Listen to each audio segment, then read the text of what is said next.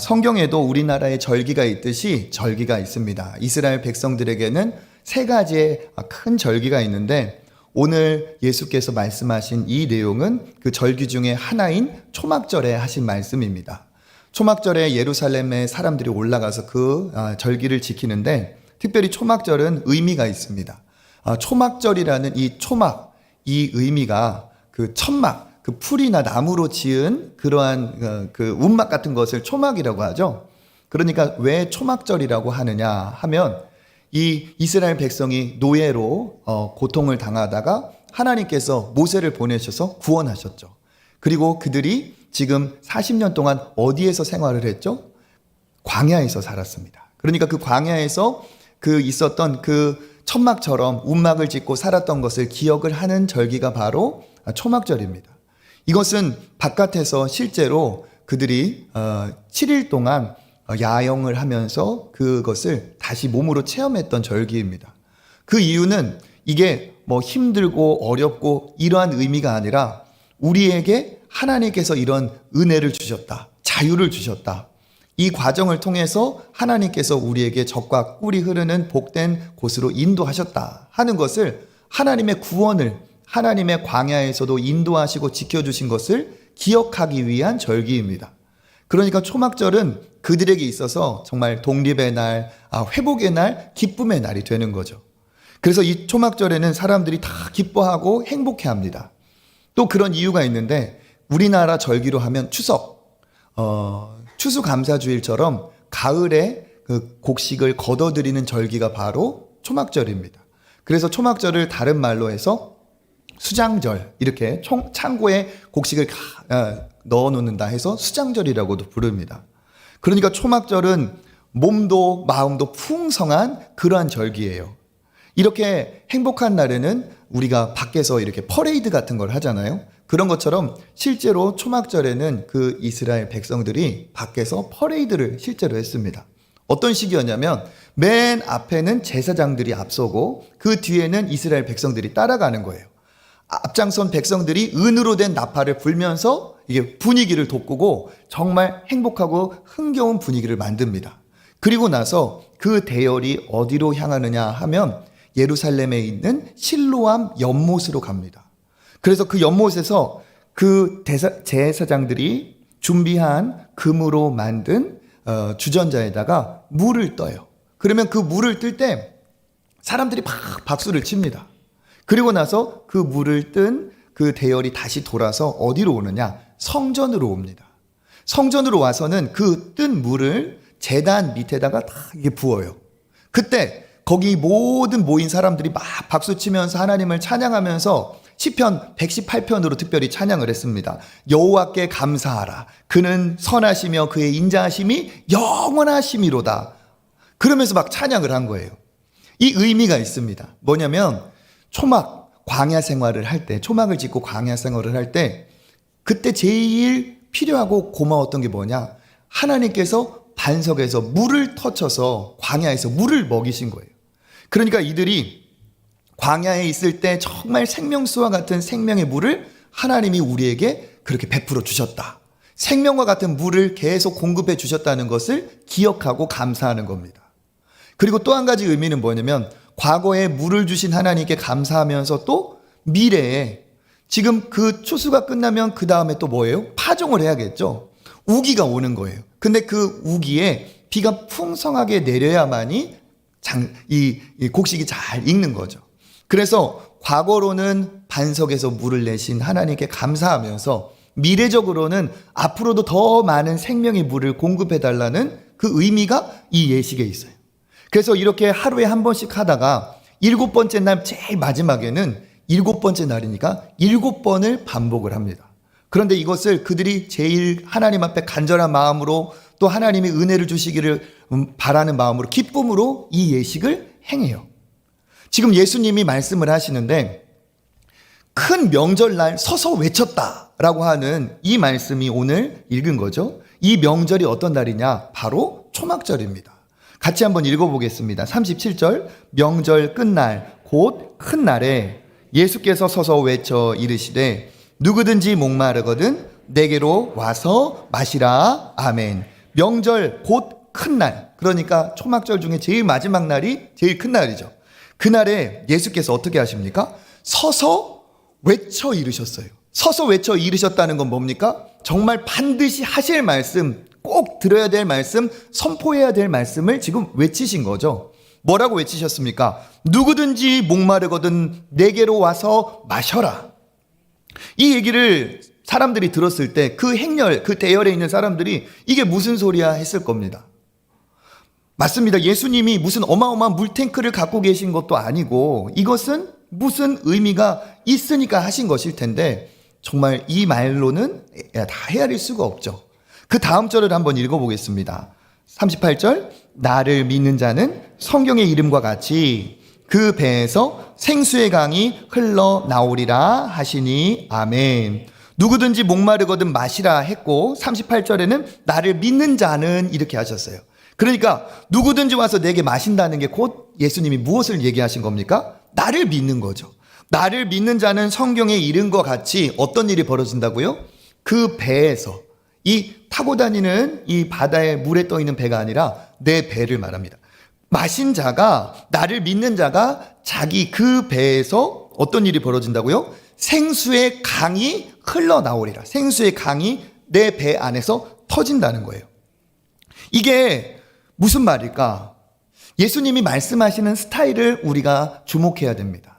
예수님은 어떻게 말씀을 하시냐면 우리의 이해를 돕기 위해서 예수님은 보이는 것을 가지고 보이지 않는 것을 설명하세요. 보이지 않는 것을 설명하기 위해 보이는 것을 이용하신다는 거죠. 유한한 것을 가지고 영원한 것을 설명하세요. 예수님은 육적인 것을 가지고 영적인 것을 설명하십니다. 그러니까 지금 물을 뜨러 가는 그들의 행렬, 그들이 왜 물을 뜹니까? 자기에게 하나님이 물을 주셔서 목마르지 않기를 바라는 마음에서 물을 뜨는 거죠. 그때 예수님께서 말씀하신 목마름은 무슨 목마름이냐? 목에 내 갈증을 얘기하는 것이 아니라 또다시 물을 먹어도 또 갈급한 그 갈급한 영혼을 얘기하는 거죠. 영혼의 목마름. 그러면 예수님께서 주시고자 하는 그 생수는 그럼 무슨 물이냐? 컵에 담겨있는 그 물이 아니라, 주전자에 담겨있는 물이 아니라 무슨 물일까요? 그 영혼에 만족을 주는, 갈증을 해결해 주는 영혼의 생수를 말씀하시는 거죠.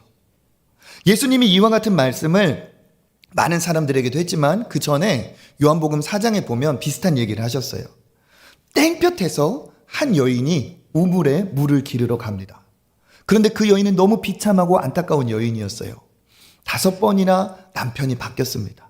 그 당시에는 여자가 인권이 있어서 동등한 지위를 가지고 같이 갈라서고 이런 시대가 아니었어요. 오히려 버림을 받았다고 하는 것이 더 맞는 표현이겠죠. 5번이나 남성에게 어떻게 보면 참 큰 실망을 갖고 지금 6번째 남자와 살고 있는 기구한 운명의 여인이었습니다. 인생이 얼마나 기구하고 정말 갈증에 그 인생이 허덕이고 있었겠습니까? 그런데 그 여인이 뜨거운 땡볕에 물동이를 일고 나온 거예요. 왜 그럴까요? 사람들에게 눈에 띄고 싶지 않아서, 자기를 알아주는 사람 아무도 없고 만나면 다 손가락질 하니까 그 눈을 다 피해서 지금 나온 거죠. 그때 그 여인을 찾아가신 분이 누굽니까? 예수님이세요. 그 인생의 갈증에 허덕이는 여인에게 예수님은 뭐라고 말씀하시느냐? 내가 너에게 물을 주겠다. 생수를 주겠다. 내가 너에게 주는 이 물은 보통 물이 아니고 영원히 목마르지 않는 물이다. 얘기합니다. 요한복음 4장 13절과 14절 읽어보겠습니다. 예수께서 대답하여 이르시되 이 물을 마시는 자마다 다시 목마르려니와 내가 주는 물을 마시는 자는 영원히 목마르지 아니하리니 내가 주는 물은 그 속에서 영생하도록 솟아나는 샘물이 되리라. 아멘. 물 들어온 이 여인이 가진 물은, 마시는 물은 다시 목마르는 그 물이죠. 그런데 예수님이 뭐라고 말씀하십니까? 내가 주는 물은 영원히 목마르지 아니하리니 그 물은 그 속에서 마신 자의 그 속에서 영생하도록 솟아난다. 영생하도록 솟아난다는 게 뭐예요? 물을 마셨는데 주님이 주신 그 물을 마시니까 그 배 안에서, 그 속에서 샘이 터져 나온 겁니다. 물을 찾으러 갈 필요가 없는 인생이 되는 거예요. 왜? 내 안에서 샘이 터졌기 때문에 더 이상 목마르지 않은 인생이 된 거죠. 그런데 그 말씀을 계기로 해서 이 여인은 예수님을 알게 되고 만나게 돼요. 그러고 난 다음에 이 여인이 변화가 되는데 요한복음 4장 28절에서 30절 읽어보겠습니다. 여자가 물동이를 버려두고 동네로 들어가서 사람들에게 이르되 내가 행한 이 모든 일을 내게 말한 사람을 와서 보라. 이는 그리스도가 아니냐 하니 그들이 동네에서 나와 예수께로 오더라. 아멘. 이 여인이 어떤 여인이었어요? 물을 기르러 온 여인이었는데 그것을 버려두었다는 거죠. 자기 인생의 방향이 바뀌었다는 얘기입니다. 그리고 어떻게 해요? 사람들에게 갔어요. 모든 관계가 단절되었던 그 여인이 회복되어서 사람들을 찾아갔고 그가 만난 예수 그리스도를 얘기하니까 그 얘기를 듣고 사람들이 예수께 나왔다는 거죠. 어떻게 되었습니까? 이 여인이 그 갈증에서 예수님을 만나서 자신감을 얻고 회복이 되고 삶의 이유를 발견한 놀라운 변화가 일어났어요. 이와 같이 예수님이 뭐라고 말씀하시느냐? 내가 주는 물을 마시면 이렇게 놀라운 일이 벌어진다. 오늘 초막절을 맞은 백성들에게 동일하게 말씀하신 거죠. 내가 누구든지 목마르거든 내게로 오라. 내가 주는 물을 마시면 그 배에서 생수의 강이 흘러나오리라. 여인에게는 생수의 샘이 터지리라. 지금 사람들에게는 생수의 강이 흘러나오리라 얘기를 하고 있습니다. 그러면 이 생수의 강이 무엇일까? 그 다음 절에 이야기하고 있죠. 요한복음 7장 39절 읽어보겠습니다. 이는 그를 믿는 자들이 받을 성령을 가리켜 말씀하신 것이라. 아멘. 그러면 예수님이 주시고자 하는 그 물은 지금 뭐라는 거죠? 성령입니다. 성령. 예수님이 주시는 성령은 하나님이시죠. 성령은 우리와 함께 하신 창조주, 그 능력의 주님이십니다. 그러니까 예수님이 뭐라고 말씀하세요? 나를 믿는 자는 생수의 강이 흘러나오리라. 그러니까 나를 믿는 자는 성령을 받으리라. 그 말이죠. 성령을 받으면 어떻게 됩니까? 성령은 하나님이시고 성령은 나의 완전한 만족을 주시는 창조주이시기 때문에 그 성령이 내 안에 오시면 영원하고 완전하고 풍성한 마르지 않는 해갈을 얻게 되는 것이죠. 그래서 예수님은 예전에 니고데모에게도 그런 말씀을 하셨어요. 하나님의 나라에 들어가고자 했던 니고데모에게 예수님 뭐라고 말씀하십니까? 물, 곧 성령으로 거듭나야 하나님의 나라를 들어간다. 성령을 받으면 인생의 문제가 해결이 됩니다. 삶의 방향을 다시 찾을 수가 있습니다. 내가 무엇을 밖에서 계속 얻고 노력해서 취하려고 했던 그 갈증이 성령이 내 안에 오시면 완전히 깨끗하게 해결됩니다. 오늘날도 마찬가지죠. 인생은 계속해서 갈증을 유발하는 그러한 상황입니다. 얼마 전에 우리 학생들 자녀들이 수능을 봤어요. 정말 수능 보기 전까지 짧게는 고등학교 3년, 길게는 진짜 그 아이들이 살아온 19년, 20년의 생활을 진짜 그 수능을 보면서 간다고 해도 요즘 과언이 아닙니다. 그러니까 뭐라고 하냐? 저 수능만 잘 보면 내가 원하는 대학만 들어가면 모든 문제가 해결될 거라고 생각을 실제로 하더라고요. 그런데 어떻습니까? 수능 보면 기쁘고 끝났다 하죠. 그런데 어떻습니까? 끝나자마자 이제 어떻게 선택을 하고 어떻게 진로를 가야 되고 원하는 대학에 들어간다 할지라도 들어간 다음에는 어마어마한 천국이 펼쳐질 것 같지만 똑같이 고등학교 똑같이 대학 가도 중간고사, 기말고사, 중간고사, 기말고사 1학년, 2학년 계속 반복이 돼요. 더더욱 오히려 자격증도 따야 되고 스펙도 준비해야 되고 졸업 준비도 해야 되고 졸업으로 끝나는 게 아닙니다. 또 뭐가 있어요? 취업해야 되죠. 취업해서 내가 어느 정도 자리를 잡으면 또 어떻게 해야 됩니까? 결혼이든 뭐든 계속 이어져요. 우리의 인생이 어떻습니까? 계속 무엇인가 우리의 갈급함을 어쩔 수 없이 표현할 수밖에 없고 갈증이 찾아올 수밖에 없는 인생이라는 거죠. 이런 가운데 하나님은 뭐라고 말씀하시느냐? 인생의 갈증이 내가 원하는 것을 얻어서 찾는 것이 아니라 나를 믿으면 성령이 오시고 그 성령이 내 안에서 완전한 그 해결을 주신다. 완전한 해결을 해주신다. 생수의 강이 내 안에서 샘이 나오고 생수의 강이 나오므로 내가 충만하여지고 기쁨이 찾아온다 말씀을 하십니다. 세상이 주는 기쁨과 하나님이 주는 기쁨 이렇게 차이가 있는 거예요.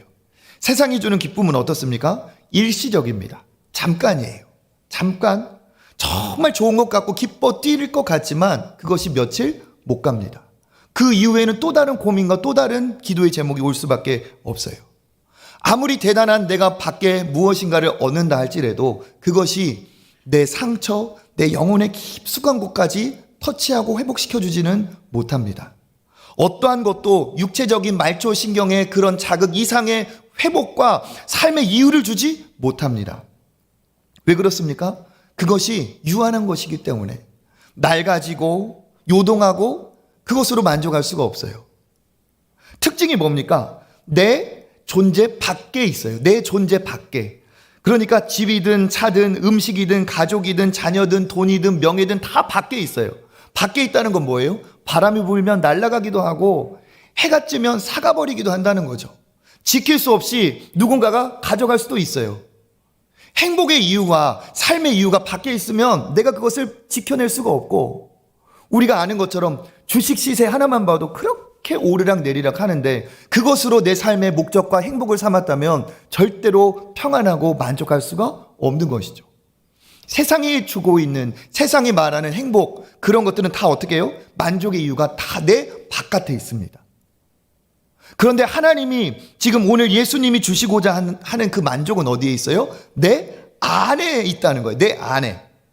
내 안에 성령이 임하심으로 생명의 샘이 터져서 생명의 강물이 흘러넘쳐서 내 안에 참다운 만족이 오고, 그 만족이 바깥에 무슨 일이 벌어지건 상관없이 나에게 기쁨과 감사와 만족을 준다는 사실입니다. 바깥에 어떠한 외모, 차, 배경, 외형 상관없이 그런 것에 연연하지 않고 부러워하지 않고 명품이든 무엇이든 그것으로 돋보이려 하지 않아도 될 만한 자부심과 기쁨과 감사가 내 안에 찾아온다는 거죠. 왜 그렇습니까? 하나님이 내 안에 오시기 때문에 그래요. 이것을 바울은 뭐라고 말을 했느냐? 나는 진짜 질그릇같이 보잘것없는 존재인데, 질그릇같이 보잘것없는 존재인 내 안에 마치 보물이 담기면, 보화가 담기면 질그릇이 아니라 봄의 그릇이 되는 것처럼 내 안에 담긴 그 하나님의 역사로, 하나님의 은혜로 내가 존귀한 자가 된다는 거예요. 우리 고린도후서 4장 7절 읽어보겠습니다. 우리가 이 보배를 질그릇에 가졌으니 이는 심히 큰 능력은 하나님께 있고 우리에게 있지 아니함을 알게 하려 함이라. 아멘. 보배를 어디에 가졌다고요? 질그릇에. 보배는 하나님이시고 질그릇은 나예요. 내가 별 볼 일 없는 것 같지만 내가 존귀한 자가 된 거죠. 어떻게 됩니까? 내 안에 보배 되신 그 주님이 찾아오심으로 나는 정말 보배 그릇이 된 겁니다. 이와 마찬가지죠. 하나님을 만난 인생은 완전히 존재적인 변화를 가질 수밖에 없습니다. 제가 이것을 설명을 하다가 문득 이런 생각이 들었어요. 전구를 한번 생각해 보세요. 전구 뭔지 아시죠? 불이 켜지는 다마라고 하는 전구가 한 번도 켜지지 않았던 그 전구가 있었어요. 그러면 그 전구는 자기 자신을 꾸밀 수 있는 게 뭐예요? 그냥 색칠하는 정도겠죠. 그렇죠? 그런데 그 색칠하는 수준이 아니라 만약에 누군가가 그 전구를 깨끗하게 닦아주고 그 전구에 전기를 연결해 준다고 보세요. 그럼 어떤 일이 벌어질까요? 그 전구에 뭐가 들어와요? 불이 들어오면서 빛이 확 퍼져나가는 거죠. 그 전에 색칠하는 것과는 수준이 다른 존재적인 변화를 거치면서 그 전구의 존재적인 의미, 존재적인 능력이 드러나는 거예요. 어떻게? 전기가 연결되면서. 이와 같다는 겁니다. 우리는 하나님과 함께 하도록 존귀하게 만들어진 그러한 존재예요. 그런데 마치 전기가 끊어진 것처럼 하나님과 끊어져 버렸어요. 그 끊어진 상태에서 우리가 할 수 있는 건 고작 색칠하는 정도였다는 거죠. 이 색깔 저 색깔 색칠하는 게 내 노력의 전부이고 그것이 다 모든 사람의 수준이었다는 거죠. 그런데 여러분 아실 겁니다. 똑같은 색을 어떤 식이든 더 멋져 보이려고 계속 덧바르면 어떻게 돼요? 색이 점점 거묻게 되면서 무채색으로 돼버려요. 이게 뭐예요? 죄인이 갖고 있는 한계, 노력이 그 정도라는 겁니다. 우리가 무슨 노력을 해도 우리는 스스로 밝힐 수가 없는 그러한 죄악의 존재입니다. 방법이 뭡니까? 예수 그리스도가 이 땅에 오셔서 그 예수 그리스도의 십자가의 보혈로 모든 더러운 그 색을 다 닦아주시고 우리를 누구와 연결시켜 주셨어요? 우리를 하나님과 연결시켜 주셨어요. 성령을 보내셔서 끊어졌던 하나님과의 관계가 회복이 되었어요. 마치 전기가 다시 연결된 것처럼. 그때 그 전기가 연결되었을 때 갑자기 어떻게 됩니까? 스위치를 탁 넣었을 때처럼 전구에 불이 팍 들어오면서 그 필라멘트에 불이 탁 들어오면서 한 번도 경험해 보지 못한 경이로운 일이 그 전구에 일어나죠. 이와 같은 일이 예수님이 말씀하신 그 말이라는 거죠. 나를 믿는 자는 그 배에서 생수의 강이 흘러나오리라. 무슨 말입니까? 나를 믿는 자는 생수의 강, 즉 성령을 받게 되고 성령을 받은 자는 그 충만함으로 생수의 강이 흘러넘쳐서 한 번도 경험해 보지 못한 만족과 기쁨과 충만함을 경험하게 될 거라는 말입니다. 이게 바로 예수께서 우리에게 주시는 축복입니다. 예수님은 우리에게 어떤 분이세요? 창조의 목적을 회복해 주시는 분이십니다. 하나님과 교제가 회복되면서 참으로 우리가 빛의 자녀로서 살아갈 수 있도록 해주십니다. 그 하나님과 연결된 그 전구와 같이, 전기가 연결된 전구와 같이 우리가 하나님 앞에 연결이 되면 깊은 만족이 찾아와요.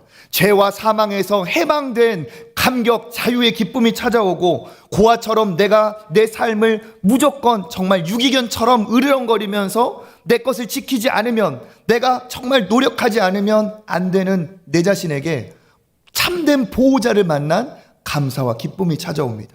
고아 같은 내가 아버지를 찾은 기쁨이 찾아오고, 내가 저것 한 가지 갖고 이것 한 가지 갖고 하려 했는데 모든 것을 가지신 창조주가 내 아버지가 되시는 축복, 내 안에 계시고 나와 함께 계시는 그 아버지로 인해서 오는 기쁨과 만족이 헤아릴 수가 없습니다. 지금 눈을 감는다고 해도 천국에서 눈 뜰 수 있다는 하나님의 자녀된 이 놀라운 축복과 신분이 우리를 기쁘게 하지 않을 수가 없는 거죠. 그 전에는 조개 껍데기 주워서 그냥 모으는 수준이었다면 하나도 안 부러워요. 왜? 나는 최고급의 진주가 내 안에 있기 때문에 부러운 인생이 되지 않습니다. 이와 같은 것을 여러분 아마 경험해 보셨을 거라고 믿습니다.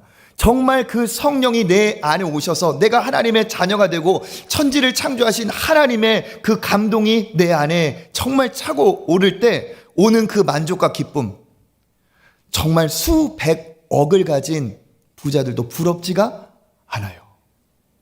하나님이 나의 아버지가 되시고 내가 하나님을 아버지라고 부를 수 있는 이 축복이, 하나님의 자녀된 신분이 내 안에 오는 순간 우리는 삶의 이유와 기쁨과 감사와 충만한 만족을 얻습니다.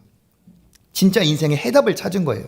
어떻게 살아야 될지 아까 그 여인처럼 삶의 방향을 찾게 됩니다. 그 전에는 유한한 멸망할 것을 위해서 그것을 붙잡으려 살았지만 이제는 멸망하지 않는, 무너지지 않는 영원한 하나님의 나라를 바라보면서 영원한 가치를 향해 살아가는 존귀한 존재가 됩니다.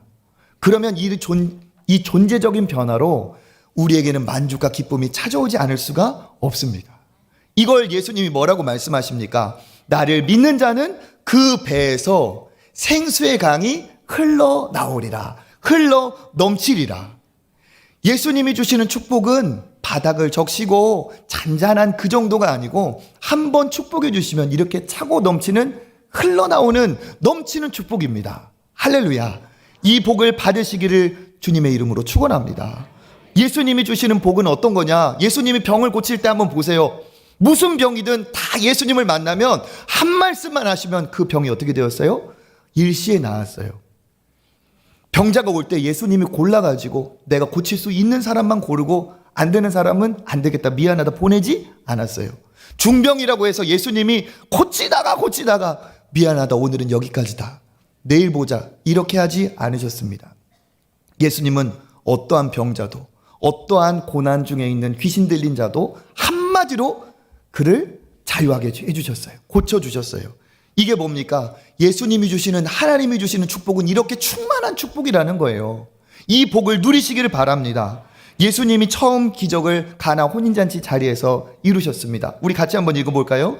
예수께서 그들에게 이르시되 항아리에 물을 채우라 하신즉 아기까지 채우니 아멘. 포도주가 떨어져서 잔치가 끝날 그 위기에 있는 그들을 위해 어떻게 하십니까? 물을 포도주로 만들어 주셨는데 항아리에 물을 어디까지 채우라고요? 아귀까지 채우라, 꽉 채우라고 했어요. 예수님이 몇 주 전자 딱 만들어 가지고 야, 한 컵씩 마지막이다, 그만 먹자, 이렇게 하지 않으셨어요. 아귀까지 가득 차게 기쁨이 끊어질 만큼 정말 난처한 상황에서 예수님이 한 말씀 하시니까 그 기쁨이 차고 넘쳤습니다. 차고 넘쳤어요.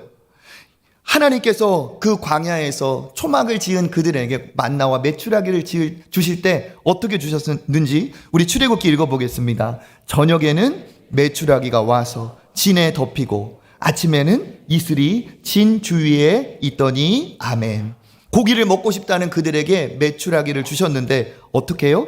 메추라기가 와서 진에 덮였다. 그들이 모여있는 곳에 덮였다. 얘들아 안 되겠다. 가족당 한 마리다. 조금 더 노력해서 다음에는 1인 1닭 시켜줄게. 이러지 않았다는 거예요. 그 주변에 이슬이 확 맺혔는데 그게 무엇이었어요? 그들이 알고 보니 그것이 주신 양식 만나였어요.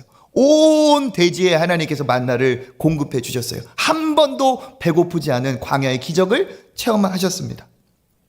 그리고 뭡니까? 예수님이 5,000명을 먹일 때 어떻게 했죠? 같이 한번 읽어보겠습니다. 다 배불리 먹고 남은 조각을 12바구니에 차게 거두었으며 먹은 사람은 여자와 어린이 외에 5,000명이나 되었더라. 아멘. 5,000명을 먹이고도 배불리 먹이고도 12광주리를 걷게 하셨어요. 그래서 다윗이 뭐라고 말합니까? 그 여호와가 나의 목자가 되시니까 나는 차고 넘친다. 우리 시편 23편 5절 읽어볼까요? 주께서 내 원수의 목전에서 내게 상을 차려주시고 기름을 내 머리에 부으셨으니 내 잔이 넘치나이다. 아멘. 이렇게 하나님이 주시는 은혜와 복은 차고 넘치고 흘러 넘치는 거예요. 그냥 바닥만 적시는 그러한 정말 겨우 입만 목만 축이는 수준이 아니라는 사실입니다. 하나님이 주시는 성령의 충만을 경험하시기를 바랍니다. 세상 어디에도 충만이 없어요. 다 대단한 것 같지만 가보면 또 허기가 옵니다. 충만은 오직 모든 것을 가지신 하나님밖에는 주실 수 없는 것이 충만이에요. 다윗이 뭐라고 말합니까? 여호와가 나의 목자가 되시니까 어디를 가든지 그 목자 때문에 나는 충만한 인생이 되었다는 거죠. 우리가 무엇을 가져서 충만한 인생이 아니라 모든 우리의 목자 되신 하나님을 만날 때 우리에게 진정한 충만이 있는 줄 믿습니다. 그래서 제가 이게 충만을 좀 보여드리려고 시연을 하려고 했어요, 진짜. 근데 좀 참았습니다. 여기서 막 대야알 같은 거 놓고 막 물을 막 쏟아 부으면서 이게 충만입니다 하면서 막 근데 이거 누가 치우냐고요. 그죠? 그래서 제가 참았어요. 근데 진짜 보여주고 싶을 만큼 하나님이 주시는 은혜, 우리가 받아야 될 그 은혜는 성령의 충만은 이렇게 차고 넘친다는 거예요. 차고 넘친다는 거예요. 하나님의 곡간은 한 번도 말라본 적이 없습니다. 이게 뭐예요? 이게 신비이죠. 이것을 깨달았기 때문에 그 바울이 뭐라고 고백하느냐. 그전에는 내가 진짜 그것을 찾으려 했지만 내가 이제 주님을 만나니까 그것은 다 해로운 것이다. 차라리 그것은 배설물과 같다. 빌립보서 우리 3장 7절부터 읽어보겠습니다. 그러나 무엇이든지 내게 유익하던 것을 내가 그리스도를 위하여 다 해로 여길 뿐더러 또한 모든 것을 해로 여김은 내 주 그리스도를 아는 지식이 가장 고상하기 때문이라. 내가 그를 위하여 모든 것을 잃어버리고 배설물로 여김은 그리스도를 얻고 그 안에서 발견되려 함이니 아멘. 내게 유익하던 것 다 이제 해롭다. 왜? 그리스도를 아는 지식이 가장 고상하기 때문이다. 그리스도를 아는 지식에 비하니까 내가 그렇게 정말 바둥거리면서 얻으려 했던 것이 배설물과 같구나. 변기 내려야지. 그죠? 물 내려야지. 그런 거잖아요. 우리가 예수 그리스도가 이와 같이 존귀한 존재라는 사실이에요. 이 예수 그리스도를 믿어서 성령을 받으면 이런 고백이 나올 수밖에 없습니다. 그래서 하나님이 우리에게 주시고자 하는 것은 이와 같은 생수의 강이 흘러넘치는 충만함입니다. 충만함. 이 충만함을 누리시길 바라겠습니다. 이 충만함이 오면 그 사람은 변화됩니다. 어떻게 변화되느냐? 생명이 오기 때문에 그 전에는 그냥 떠내려가는 인생이에요. 돈에 떠내려가고 바람에 떠내려가고 사람에 떠내려가는 인생이 생명이 오면 어떻게 되느냐? 거슬러 가는 인생이 되죠. 생명이 오면 그와 같이 떠내려가는 세상의 풍조에 떠내려가는 인생이 아니라 영원한 하나님의 나라를 보며 하나님의 뜻을 행하는 그러한 거슬러가는 역사가 일어납니다. 왜 그렇습니까? 생명이 왔기 때문에 그래요. 생명이. 그래서 성령이 충만한 사람의 특징이 뭐냐? 그는 움직여요. 움직여. 성령이 충만한다는 건 무엇이냐? 성령이 충만하다는 것을 오해해서 어떤 신비한 것을 체험하고 신비한 은사를 받는다고 생각하지만 그건 성령의 충만 중에 일부입니다. 성령의 충만의 가장 큰 특징은 뭐냐? 이렇게 차고 흘러넘쳐서 기쁨과 감사와 만족이 막 차오르는 거예요. 차오르는 거예요. 그래서 그 기쁨과 만족으로 내가 생명의 역사를 이루죠. 그건 뭡니까? 살아계신 하나님 앞에 가치 있고 의미 있는 삶을 살게 됩니다. 하나님의 그 생명의 생수가 내 안에 흘러 넘침으로써 하나님의 영광에 동참하고 싶어 하고 하나님의 그 놀라운 그 일에, 그 경이로운 일에 나 역시도 함께하고 싶어 합니다. 성령에 충만한 사람, 생수의 강이 흘러 넘치는 사람은 그 성령의 충만함이 그를 이끌어 가는 거예요. 어떤 자리로? 하나님의 사역, 하나님의 일, 하나님이 의미하신 곳으로 흘러갑니다. 그래서 어떻게 됩니까? 작은 일, 큰 일을 따지지 않아요. 주방이냐, 주차장이냐, 교사냐, 여기냐, 저기냐 따지지 않습니다. 왜 그렇습니까? 작은 일, 큰 일이 없어요. 왜? 하나님, 주신 분이 하나님이기 때문에 모든 것이 다 감사가 되는 거예요. 나에게 생명을 주신 분, 영원한 하나님, 나의 아버지의 그 놀라운 사랑을 받은 내가 이제는 더 아버지 앞에 특별하게 살고 싶다. 의미 있게 살고 싶다. 영원한 삶을 꿈꾸고 싶다. 그의 삶이 변화가 되는 거죠. 그래서 어떻게 합니까? 하나님이 기뻐하시는 자리에 헌신의 자리로 나아갑니다. 이건 당연한 거고 이렇게 흘러가게 되어 있어요. 그러니까 하나님의 일은 누가 하는 거냐? 은혜 받은 사람, 성령 충만한 사람이 하게 되어 있습니다. 심지어는 자기 생명을 드리면서 순교의 자리에서도 하나님께 생명을 드리면서도 그가 하나님 앞에 생명을 드리는 것에 감사하는 일들도 벌어져요. 실제로 스데반이 마지막 순간 첫 번째 순교자였던 스데반이 생명을 하나님 앞에 드릴 때 어떻게 했습니까? 우리 사도행전 7장 59절 60절 읽어보겠습니다. 그들이 돌로 스데반을 치니 스데반이 부르짖어 이르되 주 예수여 내 영혼을 받으시옵소서 하고 무릎을 꿇고 크게 불러 이르되 주여 이 죄를 그들에게 돌리지 마옵소서 이 말을 하고 자니라. 아멘. 어떻게 하셨다고요? 하늘의 영광, 아버지의 영광을 본 그가 나의 영혼을 받으시옵소서 하면서 심지어는 자기에게 돌을 던지는 그들을 위해 기도합니다. 이 죄를 저들에게 돌리지 마십시오. 뭡니까? 진짜 하나님의 영광을 바라보고 살아가는 사람은 생명까지도 드려도 그렇게 아름다운 모습이 된다는 거예요. 우리 사극 있잖아요. 사극. 막 원한에 사무쳐가지고 마지막 순간까지 이대로는 못 죽는다 막이요. 이대로는 죽어서도 내가 막 이런 거 있잖아요. 그게 아니라는 거예요.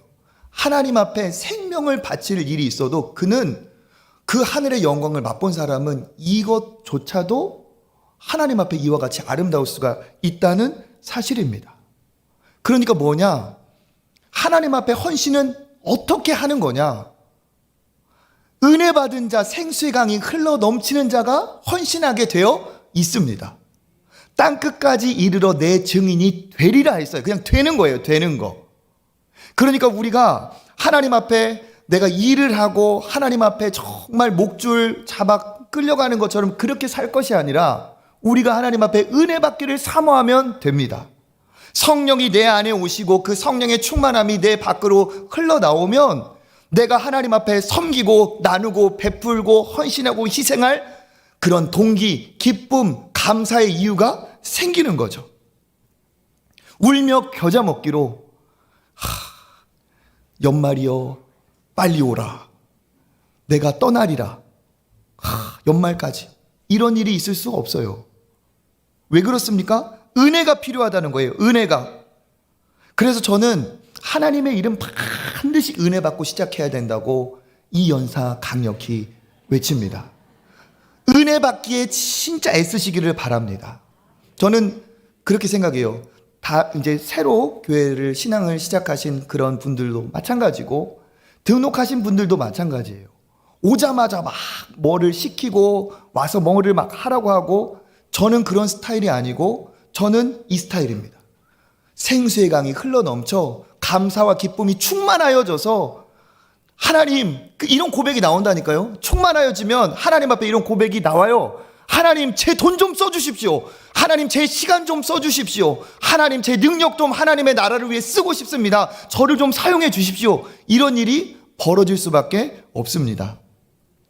저한테도 그런 경우가 많아요. 그렇게 바쁘다는 사람이 은혜 받으니까 찾아와서 목사님, 저 좀 시켜주십시오.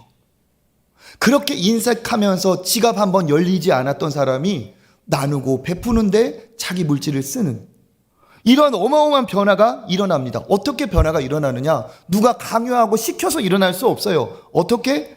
예수 그리스도가 그 안에 찾아오시고 성령을 그가 받으며 그 충만함이 그를 새로운 사람으로 만들고 목적을 두고 그렇게 돈을 모았던 사람이 그것이 진짜 목적이 아님을 깨닫게 되는 겁니다. 삭개오가 예수님을 뒷집에 모신 그 이후에 어떻게 됩니까? 평생을 모았던 그 재산의 절반을 가난한 자를 위해 나눠주고 자기가 잘못한 것은 4배나 갚아준다고 했어요. 어떻게 됩니까? 예수님을 만나니까 삶의 목적을 제대로 발견한 거죠. 이게 바로 하나님이 은혜를 주셨을 때 일어나는 일입니다. 그래서 저는 등록을 하고 적어도 6개월, 1년 정도는 누구라도 우리 교회에 적응해 가시고 알아가시고 은혜 받기에 애쓰시기를 저는 바랍니다. 그냥 저는 사실 가만히 놔둬요. 그냥 어지간해서는 그냥 둡니다. 은혜 받으실 때까지. 은혜 받으면 표정이 조금씩 변화되게, 그러면 때가 됐구나 싶어요. 그러면 여지없이 어디에선가 섬기고 나누는 자리에서 그를 만날 수가 있어요. 억지로 할 필요가 없습니다. 은혜 받으면 됩니다. 은혜가 끌고 가야 뒤탈이 없습니다. 대신에 6개월이든 1년이든 등록한 다음에 해야 될 게 뭡니까? 은혜의 자리를 사모하고 계속 그 자리에 가야 돼요. 자리에 가서 은혜 받고 충만해지기를 바라고 또 뭘 해야 되느냐? 구역이든 남녀 전도회든 어떤 모임이든 믿음의 공동체 안으로 들어가셔야 돼요.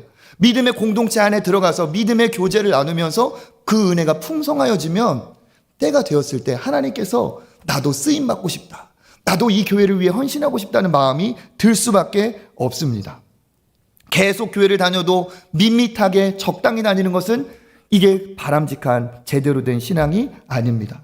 건강한 신앙은 은혜의 자리를 사모하게 되어 있고, 은혜의 자리에서 성령의 충만함을 경험한 사람은 주님 앞에 나를 써달라고 할 수밖에 없다는 거죠. 성령의 역사의 핵심이 뭡니까? 그래서 자발성이에요. 자발성. 하나님이 우리를 창조하신 대로, 하나님이 우리를 어떻게 창조하셨어요? 자유의지를 주셨어요. 하나님께서 우리를 독특하게 자원하여 그렇게 살도록 하셨어요. 자유의지를 주신 그대로 제일 기쁘고 감사하고 보람될 때는 언제냐? 내가 하나님의 은혜를 받아 내 스스로 결단하고 다짐하여 하나님의 나라에 쓰임받을 때, 그때가 제일 행복하고 보람이 됩니다. 억지로 하는 것은 성령의 역사가 아닙니다. 억지로 안 가려고 하는 것도 그것도 문제지만, 억지로 붙잡히고 억지로 붙잡으려는 것도 그것도 하나님의 방법이 아니에요. 성령의 방법은 무엇이냐? 자발적인 겁니다. 자발적인 것. 은혜를 받으면 분명히 하나님 앞에 이런 고백도 할 수 있어요. 내 추하고 더러운 죄를 씻어주신 주님, 나도 하나님 앞에 가장 더러운 자를 씻어주고 가장 추한 곳에서 쓰임받고 싶습니다. 생명의 강이 흘러넘치는 교회, 그러한 성도는 이러한 자원자들이 일어나게 되어 있습니다. 자원하여서 헌신하고, 누가 먼저 해라 말할 것도 없이 갖다 놓고 사다 놓고 쓸고 닦고, 누가 왜 저것을 치우지 않냐, 누가 저것을 왜 저렇게 했냐 말할 것 없이 자원하여서 하나님 앞에 기쁘게 쓰임받으려 하는 그런 일들이 벌어집니다. 그러면서 어떻게 됩니까? 나의 존재는 감추고 나를 구원하신 하나님의 영광이 드러나도록 하나님을 드러내요. 교회 안에서만 일어나는 일이 아닙니다. 가정에서도, 학교에서도, 직장에서도 내가 정말 하나님 앞에 구원받은 자로서 가치 있고 의미 있는 사람이 되어 이곳에서도 내가 하나님의 살아계심을 드러내야겠다, 그렇게 결단하고 살아가는 사람은 그곳에서 빛과 같은 존재, 정말 필요한 존재가 될 수밖에 없습니다. 어디에서나. 그래서 뭡니까? 은혜가 먼저입니다. 먼저 생수의 강이 내 안에서 흘러 넘쳐야 됩니다. 그러면 누가 말할 것도 없이 예배의 자리에 나오고 싶고, 헌신하고 싶고, 사랑하고 싶고, 세상이 아름다워 보여요. 그렇죠? 아름다운 낮입니다. 네.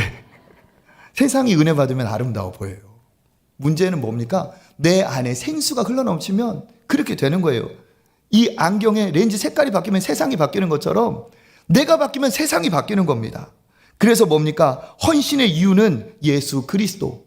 내가 갚을 수 없는 빚을 졌다. 그 찬송가 가사처럼 온 세상 만물 다 가져도 주 예수 은혜 못 갚겠네.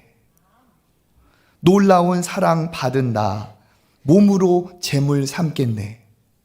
이 찬양의 가사처럼 주 은혜 갚을 수 없는 빚을 지고 이제는 갚을 수 없지만 사랑을 받은 나로서 몸으로 재물을 삼겠다고 합니다. 이게 하나님이 기뻐하시는 이 신앙의 공동체, 은혜가 흘러넘치는 공동체의 특징이에요. 자원하여 기쁨으로 스스로 시키지 않아도 인위적이지 않고 가장 자연스럽고 가장 물이 흐르듯 성령의 물이잖아요. 물이 흘러가듯 저는 우리 교회가 그런 교회인 줄 믿습니다. 그런 교회가 더욱 되기를 간절히 바랍니다. 반대는 뭐냐? 반대는 인본주의예요. 인본주의는 뭔지 아십니까? 사람의 생각과 계산과 방법으로 끌어가려고 하는 게 이게 인본주의입니다. 신앙인들은 자기의 삶에서 이런 인본주의를 다 걷어내고 성령으로 따라가고 성령으로 역사를 이루어 가야 됩니다. 일에 묶이고 사람에 묶여서 꼼짝달싹 할 수도 없이 율법, 법으로 묶어서 그것은 성령의 방법, 신앙의 방법이 아닙니다. 제 목회의 가장 큰 철학이라고 말씀드린다면 저는 무엇이냐? 저는 성령의 자연스러움과 자발성이에요. 저는 억지로 하는 걸 제일 싫어합니다. 그래서 우리 목사님들, 부목사님들에게도 그래요. 억지로 하는 거 정말 하지 말아라고. 기쁘게 성도들이 기뻐할 수 있게 그거 뭡니까? 성령을 체험하게 하면 은혜를 공급하면 되는 거죠. 그래서 저는 제 사명은 저는 뭐라고 생각하느냐? 여러분들을 헌신하도록 하는 게 제 사명이 아닙니다. 헌신은 알아서 하실 것이고 내 사명은 은혜를 공급하는 것, 은혜를 끼치는 것. 정말 생수의 강이 흘러넘치듯 예배의 자리에 오면 은혜 받고 그 생수의 강으로 살아나고 기쁘고 감사하고 만족하여서 나갈 때는 기뻐가지고 나가게 하는 것. 그러면 시키지 않아도 하나님 앞에 내가 가진 것으로 내가 할 수 있는 것으로 섬기고 싶고 나누고 싶고 쓰임받고자 하는 그런 은혜가 반드시 옵니다. 그래서 이번에 가을에 특세할 때 기억하시잖아요. 그죠? 그때 월요일에 보니까 한 250여 명 나오셨어요. 그런데 숫자가 사실 화, 수, 목 하면은 떨어질 법도 한데 오히려 더 나왔어요. 그리고 마지막 날에는 우리 자녀들까지 데려오니까 그 특세에 그 완주한 기념컵을 400개를 만들었는데 그게 거의 다 나갔어요. 제가 전화해가지고 집사님 출석 체크 제가 다 하고 있습니다.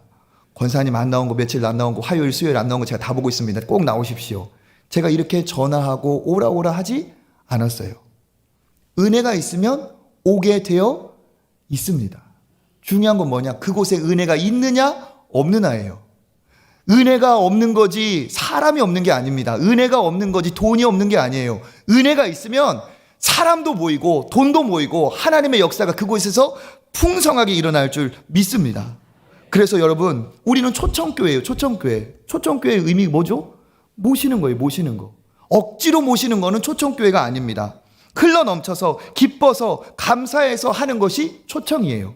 저는 우리 이 교회의 이름대로 정말 흘러넘치고 기뻐서 정말 이 너무 좋은 것을 알려주고 싶고 전하고 싶어서 그렇게 하나님 앞에 전하고 예수님 자랑하고 하나님의 그 일을 감당하는 저와 여러분 되기를 간절히 원합니다. 맛집 가보셨죠? 맛집? 거리가 먼 곳도 있어요. 맛집 중에서는 좀 허름한 곳도 있어요. 피 좁은 곳도 있습니다. 그러니까 어때요? 가면은 불편해요. 기다려야 돼요. 내가 내 돈 내면서 이러한 대접을 받아야 되나? 막 이런 생각이 들어요. 한 자리 나왔다 해서 모르는 사람 옆에 껴앉아가지고 좀 이러고 있는데 그 메뉴가 딱 나오잖아요. 그죠? 그러면서 내가 다음에 와야 되나 안 와야 되나 고민을 할 때 한 숟가락을 딱 떠서 입에 딱 넣는 순간 또 와야겠구나. 왜 그렇습니까? 한 숟가락 먹어보니까 답이 나오는 거예요. 아, 이거는 불편해도 꼭 와야 되겠구나. 그렇죠? 왜? 맛이 있으니까. 저는 우리 초청교회가 은혜가 그렇게 흘러넘치는 은혜의 맛집과 같은 교회 되기를 간절히 원합니다. 우리 교회도 불편한 게 있죠. 연약함도 있어요. 그렇지만 은혜가 있기 때문에 내가 이 교회를 가야 된다는 그런 하나님 앞에 통기가 있고 기쁨이 있고 이 교회에서 하나님 앞에 더 쓰임받고자 하는 그런 결단이 저는 넘치기를 간절히 권합니다. 편하고 미지근한 신앙은 방치된 신앙입니다. 진짜 신앙은 생수의 강이 흘러넘쳐서 견딜 수 없는 기쁨으로 자원하여 주의 나라에 쓰임받고자 하는 것, 하나님의 나라에 무엇 하나라도 일조하고 싶은 것이 이게 진정한 신앙입니다. 억지로 하실 필요 없습니다. 강요하는 사람 없습니다. 은혜 받으시길 바랍니다. 은혜의 자리에서 주님을 뜨겁게 만나시길 바랍니다.